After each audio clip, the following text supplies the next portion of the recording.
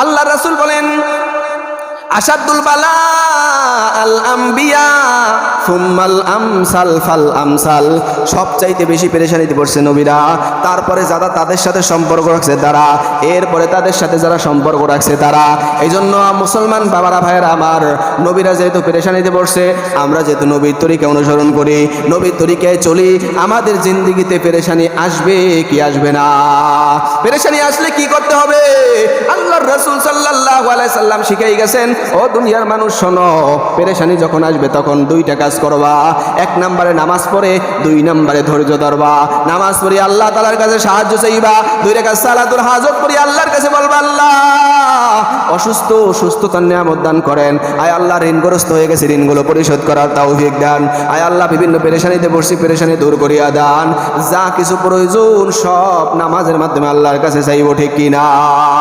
ইয়া আইয়ুহাল্লাযীনা আমানু ইসতাঈনু বিস-সাবরি ওয়াস-সালাহ, হে বান্দারা আল্লাহর কাছে সাহায্য চাও দুইটা জিনিসের মাধ্যমে, এক নম্বরে নামাজ, দুই নম্বরে ধৈর্য। ধৈর্য ধরতে হবে, অসুস্থতা পেরেশানি আসলে ধৈর্য অবশ্যই ধরতে হবে, ধৈর্য ছাড়া কোনো উপায় নাই। যেই বান্দা যত বেশি ধৈর্যশীল, তার সাথে আল্লাহ তাআলা তত বেশি আছেন, বলেন সুবহানাল্লাহ। কোরআনের মাধ্যমে আল্লাহ দুনিয়ার সব মানুষদেরকে জানায়, ইন্নাল্লাহা মা'আস সাবিরিন, বলেন সুবহানাল্লাহ। নিশ্চয়ই আল্লাহ তাআলা ধৈর্যশীলদের সাথে আছেন। হে মুসলমান, নবীদেরকে কেমন পরীক্ষা করছেন? আমি গত সপ্তাহে বলছিলাম ইউনূস আলাইহিস সালাতু সালামের কথা, কেমন ভাবে আল্লাহ পরীক্ষা করেছেন, আর ইউনূস আলাইহিস সালাতু সালাম কেমন ভাবে আল্লাহর ধৈর্য ধারণ করেছে। ওই সমুদ্রের মধ্যে বসিয়া, মাছের পেটে বসিয়াও আল্লাহর জিকির একটা সেকেন্ডের জন্য ভুলে নাই, ঠিক কিনা? এই জন্যই তো ওখান থেকে দোয়াটা নির্ধারণ হয়ে গেছে। কোন বান্দা যদি বিপদে পড়ে আর এই দোয়া ইউনূস পড়ে, একটা দোয়া আছে, দোয়া ইউনূস, আছে না নাই? কথা কয় না, আছে না নাই?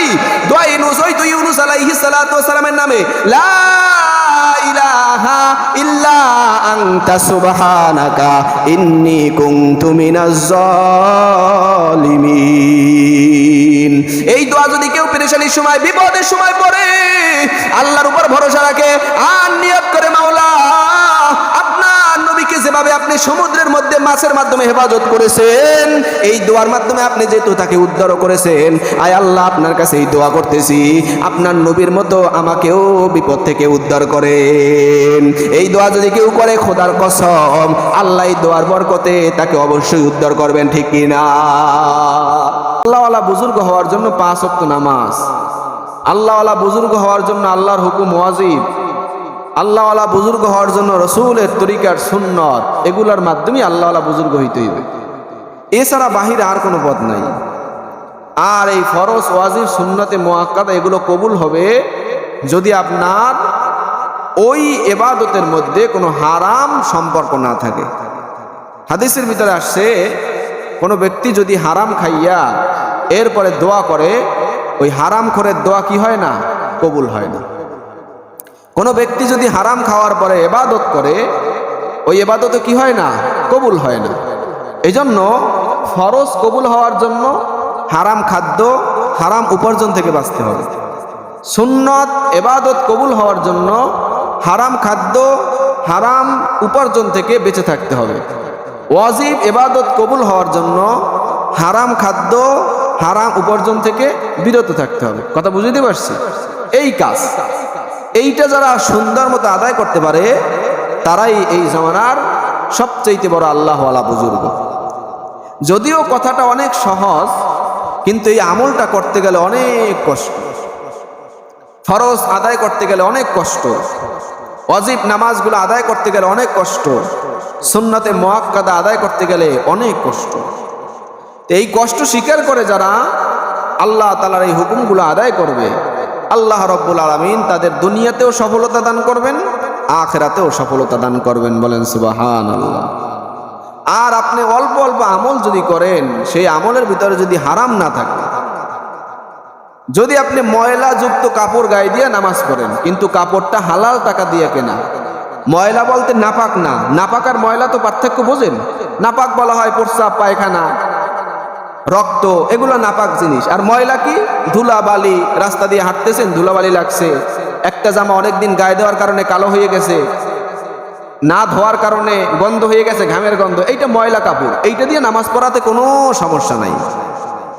যদি আপনার হালাল টাকা দিয়ে ময়লা কাপড় পিনতে নামাজ পড়েন, এই নামাজটা আল্লাহর কাছে এত বেশি কবুল, হারাম টাকা দিয়া ইস্তারি করে জামাগাই দিয়ে নামাজ পড়লে তত কবুল হবে না। এই জন্য খুব সতর্কতার সাথে আমল করা। আল্লাহর রাসূলের হাদিসের মাধ্যমে পুরো পৃথিবীর মানুষদেরকে এত সুন্দরভাবে বোঝানো হয়েছে যে দেখো, তোমরা মনে করো না একদম সারাদিন মসজিদে পড়ে থাকার নামই হলো ইবাদত, না। সারাদিন তসবিহ একটা হাতে নিয়া জিকির করার নাম ইবাদত, এটা না। এটাই যদি হইতো, রাসূলের কলিজার টুকরা স্ত্রী হযরতে আয়েশা সিদ্দিকা রাদিয়াল্লাহু তাআলা আনহার ঘরের সামনে 3 জন সাহাবী গেছে। কয়জন? কথা বলেন না কেন? 3 জন। যাইয়ে বলতেছে, উম্মুল মুমিনিন, আল্লাহর রাসূল তো বাহিরে বসে যে আমলগুলো করে, হ্যাঁ তো আমরা দেখি, নামাজ পড়ে, কোরআন তেলাওয়াত করে, সব আমরা দেখি বাহিরের গুলা। মসজিদে নববীতে যাইয়ে কি করে, বাইতুল্লাহে যাইয়ে কি করে, সব আমরা নিজের চোখে দেখি। কিন্তু ঘরের ভিতরে হয়তো রাসূল নির্দিষ্ট কিছু আমল করে, এটি তো আমরা দেখি না। এটা দেখেন আপনি। মা, আপনার কাছে আমরা আসছি, মেহেরবানি করে আপনি একটু আমাদেরকে বলেন যে রাসূল কি কি ইবাদত ঘরের মধ্যে বসে করে, আমরা এগুলো জানতে চাই এবং আমল করতে চাই। সুবহানাল্লাহ। 3 জন সাহাবীকে আল্লাহর রাসূলের কলিজার টুকরা স্ত্রী হযরতে আয়েশা সিদ্দিকা রাদিয়াল্লাহু তাআলা আনহা তিনি বললেন, তোমাদের নবীর আমল স্বয়ং কোরআন, কোরআনে যেমন আছে তোমার নবী সেই আমলই করে, এর বাড়তি একটা সেকেন্ডের আমলও করে না। বলেন সুবহানাল্লাহ। সাহাবায়ে কেরামের মন মতো প্রশ্নের উত্তর হয় নাই।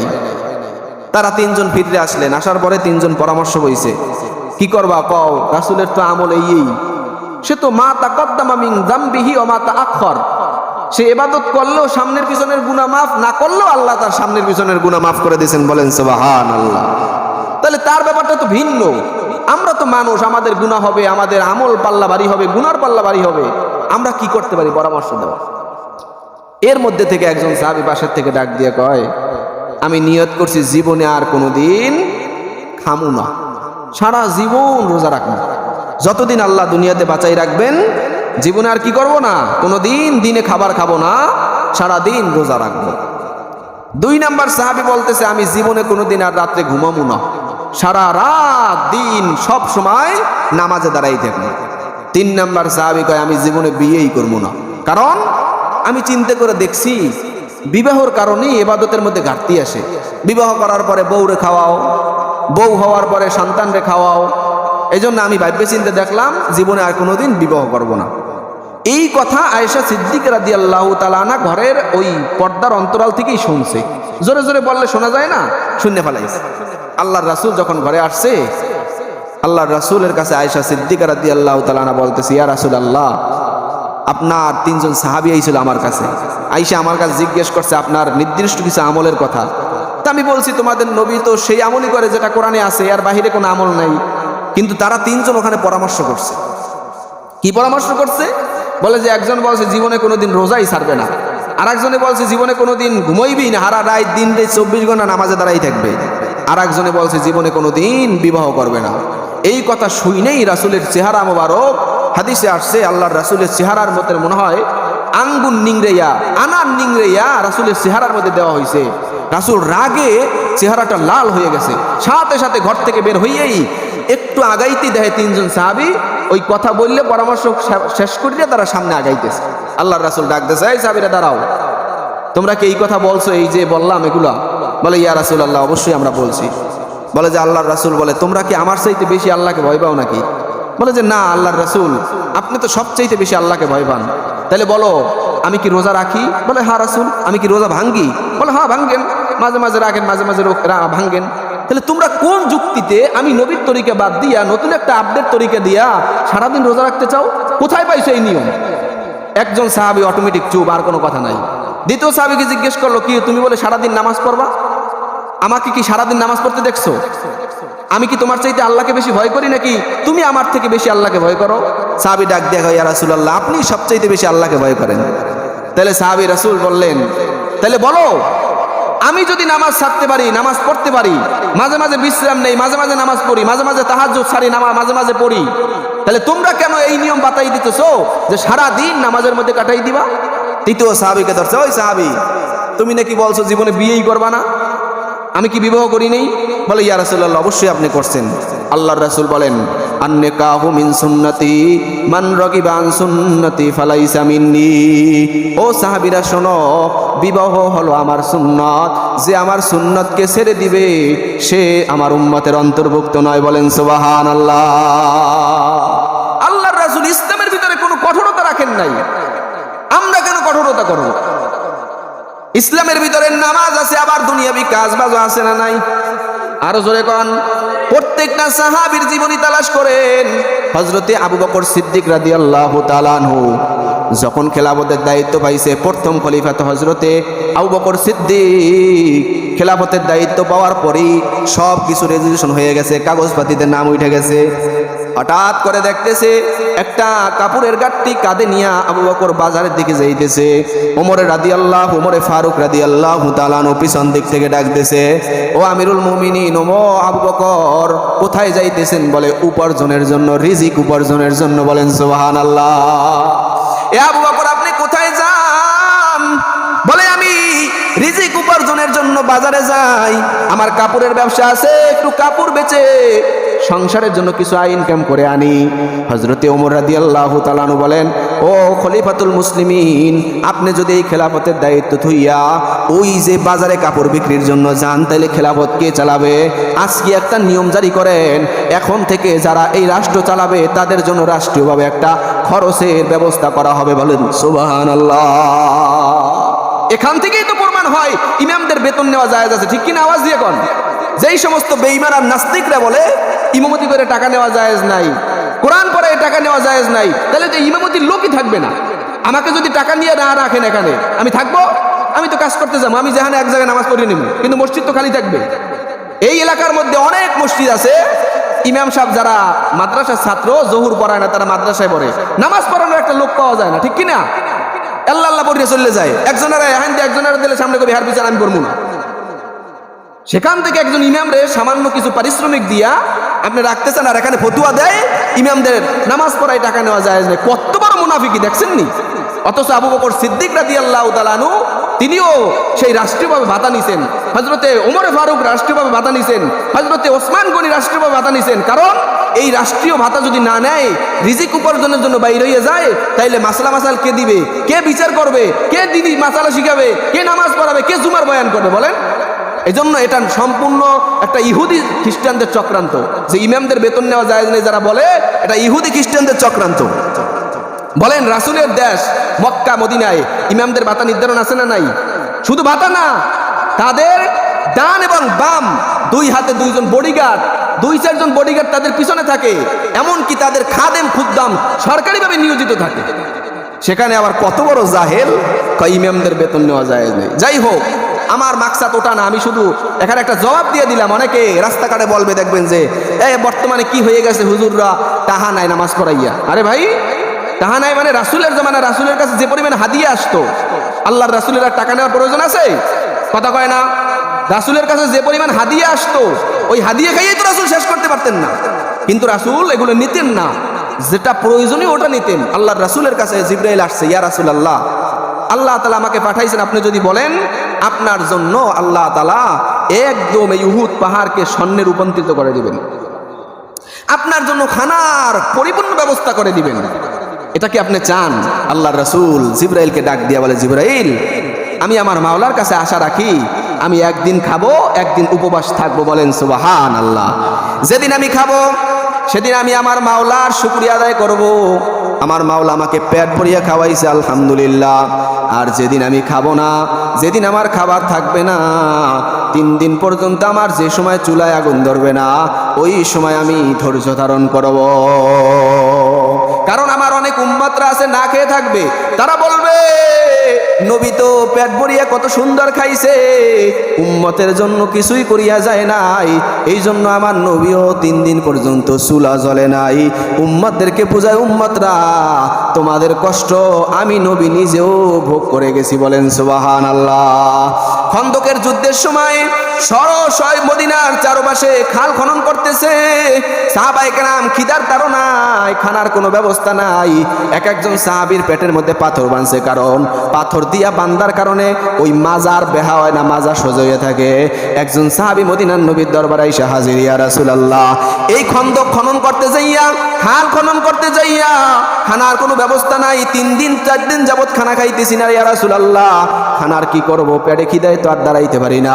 আল্লাহর রাসূল জুব্বাটারে উঠাইয়া বলে যে, ও সাহাবী আমার, তুমি তো একটা পাথর বানছো, আমি নবী 3টা পাথর বানছি। বলেন সুবহানাল্লাহ। আল্লাহর রাসূলের প্রত্যেকটা কাজ আমাদের জন্য আদর্শ। মদিনার নবীর আদর্শ ছাড়া কোনো মানুষ যদি সামনে আগাইতে চায়, খোদার কসম কোনোদিনও সম্ভব না, সে ধ্বংসের পথে চলে যাবে। কেউ যদি আল্লাহর পথে চলতে চায়, আল্লাহর রাসূলের পথে চলতে চায়, তাহলে মদিনার নবীর পথ অনুসরণ ছাড়া আর কোনো উপায় নাই, ঠিক কিনা? তো ওই 3 জন সাহাবীর কথাগুলো ওখানেই শেষ হয়ে গেল। আল্লাহ রাসূল বলে, যে আমার সুন্নতকে ছেড়ে দিবে, যে আমার আদর্শকে ছেড়ে দিবে, সে আমার উম্মতের অন্তর্ভুক্তই নয়। বলেন সুবহানাল্লাহ। তো রাসূল সাল্লাল্লাহু আলাইহি সাল্লাম বাজারে গেছেন, রাসূল ব্যবসা করছেন, রাসূল ছাগল চড়াইছেন, রাসূল বিভিন্ন কাজকর্ম করছেন। আল্লাহর রাসূল যখন বাজারে গেছে, কাফের বেঈমানরা কয়, এই কেমন নবী এইটা, নবী বলে আবার বাজারে যায়, এটা কোন হইল নি? নবীর তো ফেরেশতারা আনলে খাওয়ান দেবে। বলেন, আমার নবী যদি বাজারে না যাইতেন, বাজারের কি নিয়ম কানুন, কেমনে লেনদেন করতে হয় জানতাম আমরা? তো রাসূলের বাজারে যাওয়াটা কি আমাদের জন্য আদর্শ নাকি আদর্শ না? যদি এটা আদর্শ হয়, তাহলে এটা তো আল্লাহর পক্ষ থেকে একটা রহমত, ঠিক কিনা? আওয়াজ দিয়া গণ। এই জন্যই তো আল্লাহ তাআলা বলছেন, ওমা আরসালনাকা ইল্লা রাহমাতাল লিল আলামিন। ও নবীজি, আপনাকে আমি আল্লাহ পুরা জাহানের জন্য, পুরা জমিনের জন্য রহমত স্বরূপ পাঠাইছি। বলেন সুবহানাল্লাহ। আমার নবী শুধু মানুষের জন্য রহমত না, শুধু মুসলমানদের জন্য রহমত না, আমার নবী হিন্দু, বৌদ্ধ, খ্রিস্টান, ইহুদি, নাসারা সবার জন্য রহমত। বলেন, আল্লাহর রাসূলের আদর্শ আমরা মানি দেখেই তো কোনো উচ্ছৃঙ্খলা সৃষ্টি করি না, কোনো ধরনের মন্দিরে হামলা করি না, ঠিক কিনা? আওয়াজ দিয়ে এখন। রাসূলের আদর্শ যদি আমরা না মানতাম, এই জন্য তো কিছু উচ্ছৃঙ্খল মানুষ যারা ইসলামকে প্রশ্নবিদ্ধ করার জন্য, ইসলামকে মানুষের সামনে বিভিন্নভাবে বিভ্রান্ত করার জন্য মন্দিরে হামলা করে। বলেন, রাসূলের কোনো হাদিস কোরআনে আসেনি রাসূল কোনো মন্দিরে হামলা করছে? হ্যাঁ, যদি ইসলামিক রাষ্ট্র কায়েম হয়, আমি আগেও বলছি এখনো বলি, ইসলামিক দেশ যদি কায়েম হয়, সেই ক্ষেত্রে হিন্দু, বৌদ্ধ সবাই থাকবে, কিন্তু ট্যাক্স দিয়ে থাকতে হবে। কি দিয়া? ট্যাক্স দিয়া। ট্যাক্স না দিলে তাদের সাথে 2 নাম্বার স্টেপ হলো, আপনারা যুদ্ধের জন্য প্রস্তুতি নেন। আপনারা যেতে আপনারা এলাকায় থাকবেন, আমরা যেতে আমরা থাকবো। কথা বোঝেন নাই? কাফের বেঈমানরা বলেন, রাসূল সাল্লাল্লাহু আলাইহি সাল্লাম মক্কা থেকে বের হয়ে আসছেন কেন? বলে, তাদের সাথে যুদ্ধে যেতে পারেন নাই। কথা কয় না? আল্লাহর রাসূল যখন 10 লক্ষ সাহাবী নিয়ে মক্কায় প্রবেশ করছেন, কারো শক্তি হয় নাই আল্লাহর রাসূলের সামনে যুদ্ধের জন্য সামনে এসে হাজির হইবে। আল্লাহর রাসূল যুদ্ধ ছাড়া, আল্লাহর রাসূল কোনো ধরনের রক্তপাত ছাড়া মক্কাকে বিজয় করে নিছেন নিজের আদর্শ আর চরিত্র দিয়া, ঠিক কিনা? আওয়াজ দিয়া গণ। এইটাই আমাদের জন্য আদর্শ। আমাদেরও টার্গেট থাকবে কোনো হিন্দু, বৌদ্ধ, খ্রিস্টানদের প্রতি জুলুম করা না, তাদের প্রতি আঘাত করা না। আমাদের আদর্শ দিয়ে, আমাদের লেনদেন দিয়ে, আমাদের কথা দিয়া তাদেরকে আমাদের দ্বীনের দিকে, ইসলামের দিকে আকৃষ্ট করতে হবে, ঠিক কিনা? আওয়াজ দিয়ে এখন। এইটাই ইসলামের আদর্শ। আল্লাহর রাসূল নিজের থেকে কোনো যুদ্ধ করেন নাই। সুবহানাল্লাহ। কি করছে? প্রতিরোধমূলক যুদ্ধ করছে। মানে কেউ রাসূলের উপর হামলা করতে আইতেছে, আল্লাহ রাসূল সাহাবীদের নিয়ে তাদেরকে ব্যারিকেড দিছে, এই আমরাও কিন্তু আসি। অনেকে ভয়ে পলাইছে, অনেকে যুদ্ধ করছে, ঠকে চলে গেছে। কথা বুঝছেন? কিন্তু রাসূল নিজের থেকে কারো প্রতি হামলা করেন নাই। আল্লাহর রাসূলের এই আদর্শ আমাদের জন্য মৃত্যু পর্যন্ত একটা নীতি নির্ধারক হিসেবে কাজ করবে। আল্লাহর রাসূলের আদর্শ যারাই মানবে তারাই সফল কাম, যারা মানবে না তারা কোনোদিন সফল হতে পারবে না। এই জন্য মোহতারাম হাজিরিন, আল্লাহ রাব্বুল আলামিন এই জমিনের ভিতরে আমাদেরকে বানাইছেন কেন? বলেন, তার ইবাদত করার জন্য। বলেন, কার জন্য? ইবাদত করার জন্য। ওমা খলাকতুল জিন্না ওয়াল ইনসা ইল্লা লিয়াবুদুন। আল্লাহ রাব্বুল আলামিন বলেন, আমি তোমাদেরকে বানাইছি আমার ইবাদতের জন্য। এ দুনিয়ার মুসলমান, আল্লাহর গোলাম, আল্লাহ তাআলা মানুষদেরকে তার ইবাদতের জন্য বানাইয়া মানুষদেরকে আদেশ দিয়ে দিয়েছেন, সর্বপ্রথম ইবাদত হলো আল্লাহর উপর ঈমান আনা। প্রথমে তোমাদের দায়িত্ব হলো আল্লাহর উপর ঈমান আনবা, লা ইলাহা ইল্লাল্লাহু মুহাম্মাদুর রাসূলুল্লাহ বলিয়া ঈমানটারে আনো। ঈমান আনছো, এখন তোমার কাজ হলো নামাজটাকে ঠিক করো। আল্লাহর রাসূল বলেন, বুনিয়াল ইসলামু আলা খামসিন শাহাদাতু আল্লা ইলাহা ইল্লাল্লাহ। ইসলামের ভিত্তি হলো 5টা, ইসলামের খুঁটি হলো 5টা। ইসলামের খুঁটি কয়টা? আওয়াজ দিয়া কোন, আরো জোরে কোন কয়টা? ইসলামের ভিত্তি খুঁটি হলো 5টা। 1 নম্বর হলো কালেমা। কোন ব্যক্তি যদি কালেমা লা ইলাহা ইল্লাল্লাহ মুহাম্মাদুর রাসূলুল্লাহ পড়ে, এটা পড়ার পরে কোন ধরনের আমল করে নাই, রোজা রাখে নাই, নামাজ পড়ে নাই, হজ করে নাই, যাকাত দেয় নাই, কিছুই করে নাই, কিন্তু এই কালেমা অবস্থায়, কালেমা পড়া অবস্থায় এই কালেমার উপর বিশ্বাস রাখে যদি দুনিয়া থেকে বিদায় নেয়, খোদার কসম একদিন না একদিন সে জান্নাতে চলে যাবে, ঠিক কিনা? কিন্তু সাবধান, এই বয়ান শুনিয়া কেউ কালেমা পড়িয়া নামাজ ছাড়িয়েন না, কারণ নামাজটা হলো বেড়া, আপনার কালেমা নামক চারাকে কিন্তু ইহুদি খ্রিস্টান বেঈমানরা খেয়ে ফেলবে। নামাজ যদি না থাকে যে কোনো সময় ঈমান চলে যেতে পারে, রোজা যদি না থাকে যে কোনো সময় ঈমান চলে যেতে পারে, যদি যাকাতের টাকা থাকে যাকাত না দিলে যে কোনো সময় ঈমান চলে যেতে পারে, যদি হজ করার অ্যাবিলিটি থাকে হজ না করলে কিন্তু যে কোনো সময় ঈমান চলে যেতে পারে। কালেমা নামক চারাকে যদি কেউ ব্যারিকেড না দিয়ে রাখে, এমন এক সময় আসবে হঠাৎ করে ঈমানটা চলে যাবে, কেউ কোনোদিন টেরও পাবে না। এই জন্য আল্লাহর রাসূল বলেন ইসলামের ভিত্তি হলো 5টা। 1 নম্বরে কালেমা পড়ো হে মুমিন, 2 নম্বরে নামাজ পড়ো। নামাজটা যদি ঠিক মতো আদায় করতে পারো, আল্লাহ রাব্বুল আলামিন তোমার আমল নামায় 5 ওয়াক্ত নামাজের বরকতে 50 ওয়াক্ত নামাজের সওয়াব দিয়ে দিবেন, বলেন সুবহানাল্লাহ। 5 ওয়াক্ত নামাজ পড়ো, 5 ওয়াক্ত নামাজের মাধ্যমে গুনাহ মাফ হয়ে যায়। 5 ওয়াক্ত নামাজের মাধ্যমে ইচ্ছাকৃত অনিচ্ছাকৃত যেই গুনাহগুলো আছে সবগুলো আল্লাহ মাফ করে দেয়। যেই বান্দা নামাজ পড়িয়া ঘর থেকে মসজিদ থেকে বের হয়, কেমন জানো তার আমল নামায় কোনো গুনাহ থাকে না। নামাজ পড়ার মাধ্যমে দিলের ভিতরে একটা প্রশান্তি আসে কি আসে না? কথা কয় না। নামাজের মধ্যে কি প্রশান্তি আসে কি আসে না? যদি কোনো মুসলমান নামাজ পড়িয়া মসজিদ থেকে বের হয়, দিলের ভিতরে একটা শান্তি লাগে, হায় হায় আলহামদুলিল্লাহ আমি নামাজটা পড়তে পারলাম। আর যদি নামাজ না পড়তে পারে, তাইলে একটা দিলের ভিতরে একটা অশান্তি কাজ করে, হায় হায় কি লগে নামাজটা সারলাম। এটার মানেই হলো আল্লাহর রাসূল বলেন ইদা সাররাতুকা হাসানাতুকা ওয়া সাআতকা সাইয়্যাতুকা ফা আনতা মুমিন। ও মুমিন বান্দারা শোনো, যখন কোনো ভালো কাজ করলে তোমার আনন্দ লাগে, বুঝবা তুমি একজন মুমিন, বলেন সুবহানাল্লাহ। আবার যখন তুমি কোনো খারাপ কাজ করবা, খারাপ কাজের মাধ্যমে যদি দিলের ভিতরে অশান্তি লাগে, বুঝতে হবে তুমি একজন মুমিন। এই জন্য নামাজ পড়ার মাধ্যমে আমাদের আনন্দ লাগে কি লাগে না? জিকিরের মাধ্যমে মজা লাগে কি লাগে না? কোরআন তেলাওয়াতের মাধ্যমে মজা লাগে কি লাগে না? এ মুসলমান, আল্লাহ তাআলার ইবাদতের মাধ্যমে মজা আছে আছে আছে, কিন্তু সেই ইবাদত যদি আল্লাহর মতো আমরা আল্লাহর হুকুম মতো করতে পারি, তাইলেই আমরা মজাটা পাইব। এছাড়া আর মজা পাওয়ার কোনো সুযোগ নাই। এই জমিনের ভিতরে যত মানুষ আসছে, সব মানুষদেরকে আল্লাহ পরীক্ষার মধ্যে ফালাইছেন। সবচাইতে বড় বেশি পরীক্ষার মধ্যে ফালাইছেন আল্লাহ তাআলা নবীদেরকে। সবচাইতে কারা পরীক্ষায় পড়ছে? নবীরা।